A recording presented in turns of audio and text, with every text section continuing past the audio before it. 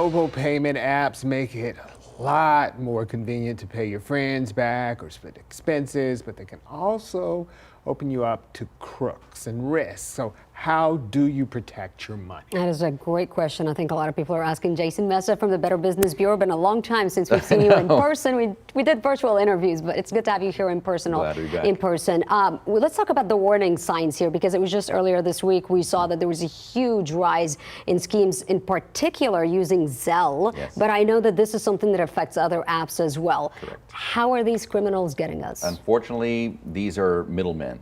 They do not actually handle or transfer the money. They're simply the middleman. They're messaging, talking to your bank, talking to the recipient's bank, and unfortunately people get either conned into just fraud, they're hacked into their accounts, or it's called authorized push payment fraud. Those are the tricky ones to prove that fraud existed, because it looks like you actually initiated a transfer, but it wasn't you, and you were tricked and you were lured into a scheme, unfortunately. So a lot of scams happening both directions.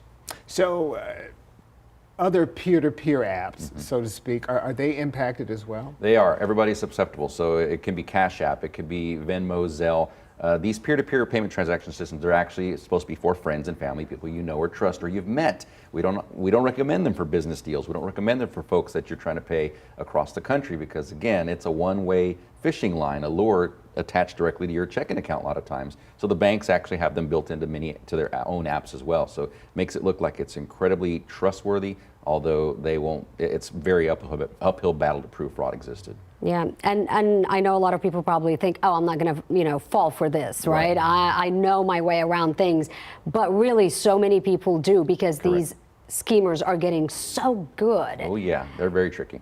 If you do fall victim, how do you get your money back? Well, you got to start that process. Start the dialogue with the fraud department from your institution, bank, credit union, and then step 2, move to the Cash App itself or the digital wallet system itself. Make sure you're a victim either of fraud, a hacking, or the authorized push payment. And again, that's going to be a tough battle. You got to save everything: texts, emails, a chain of communication. That way you can prove that. And if it's a local person, obviously make a police report. Let us know. BBB wants to track these. We want to see the systems and patterns they're using. Names changed, the patterns don't. So let us know. FTC is also tracking these.